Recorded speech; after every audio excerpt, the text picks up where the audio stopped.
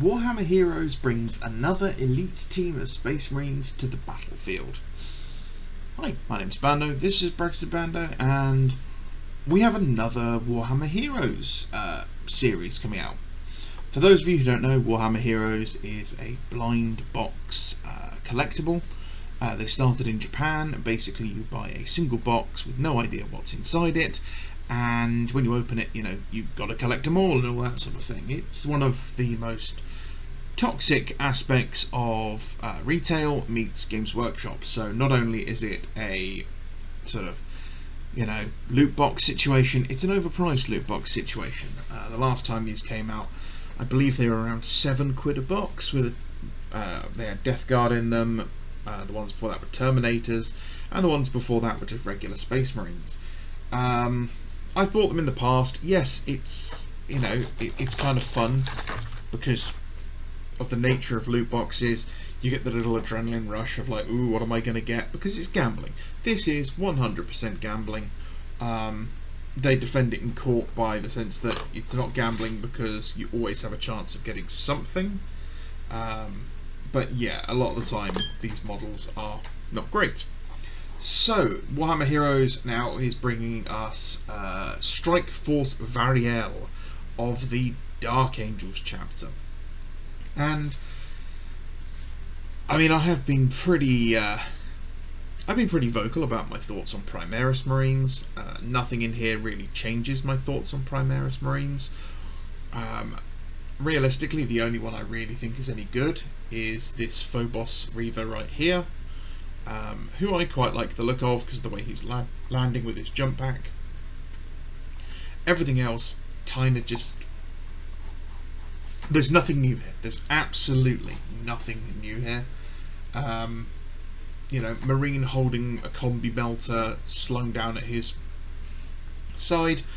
Why is it always a combi melter? Why would it not be a combi plasma? It's, Dark Angels. Yeah, he's got a kind of cool bare head, but body is literally no different to any other Stern Guard. Yes, there are subtle differences, but there's nothing radically different here. The Pyreblaster Marine, again, is just a Marine carrying a Pyreblaster. Nothing particularly spectacular about the way he's designed. Again, a half helmeted head, which is bald, great. A Assault Intercessor running forward with a mohawked helmet, mohawked bare head. Again, nothing particularly unique about pose or anything about him. A Phobos Marine. I kind of like this one. I like that the leg is up on the rock. I like tactical rocks. I don't have a problem with them. But look at the quality of this pistol. Look at that. This is the best miniature company in the world, guys. And that is the most undetailed. That is less detailed than the pistol grip on the holster for the first tactical squad that came out in 3rd edition. Let that sink in for a second. There is less detail here than a model kit that is closing on, 25, 30 years old now?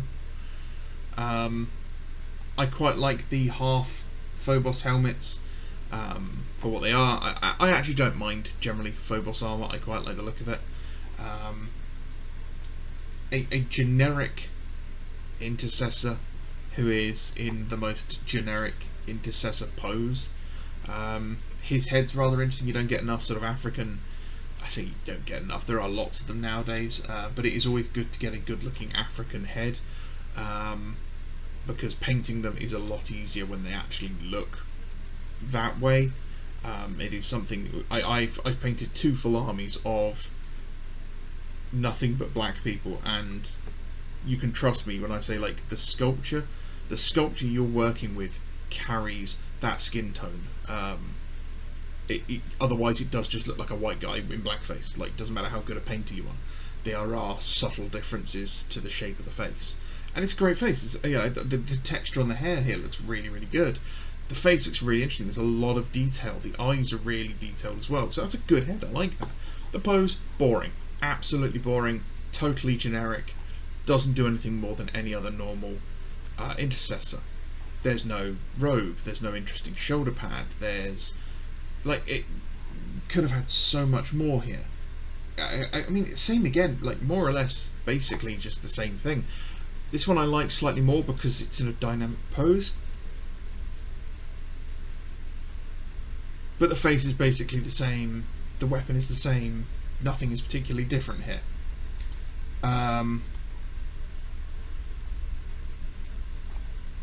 Yeah, and then they obviously have the last one as well, which is where is it? This elite team is led by a mysterious lieutenant of the chapter whose miniature must remain secret for now. I have a feeling it's going to be possibly, what was his name? Namiel?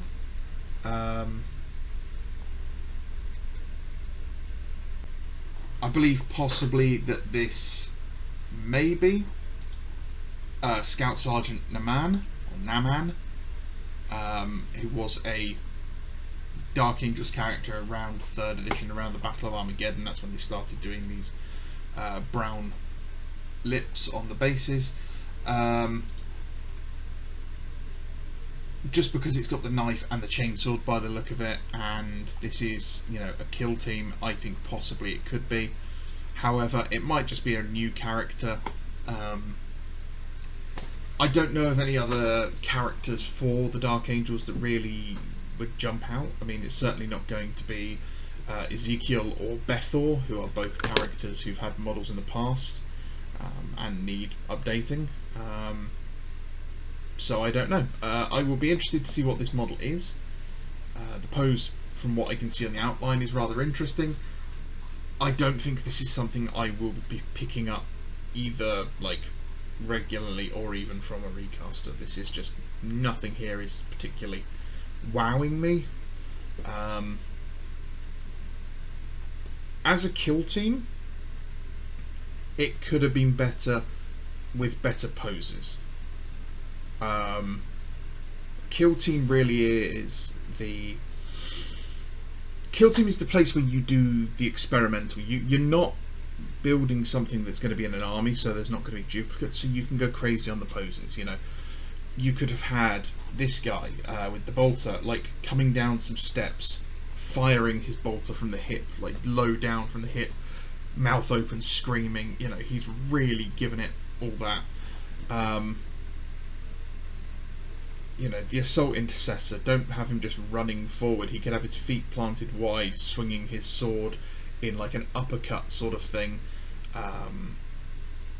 You know, pistols in his holster, bare hand, maybe the hand's holding a melter bomb or something. The Pyre Blaster could have been, you know, foot up, braced. He's holding his position, firing his weapon. Something a little bit more interesting. The Stern Guard could have been running forward, like swap the poses over. We don't have any Stern Guard that are in like dynamic poses. You know, the Phobos Marine crouching, like the Phobos Marine crouching in the kind of the wide stance that the Eliminators have. You know, with his legs, you know, quite wide, would have been a really good one.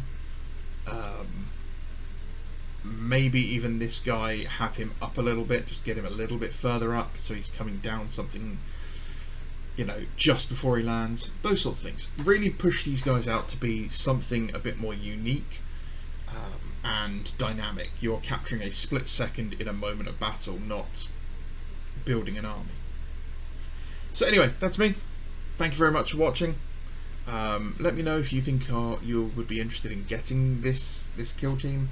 I think possibly some bits, maybe some of the heads might be worth snatching up for some projects, but that's about it. So anyway, thanks for watching as always, guys. My name is Bando. This is Brexit Bando. Like, comment, subscribe if you want to. No pressure. Thanks very much. Bye bye.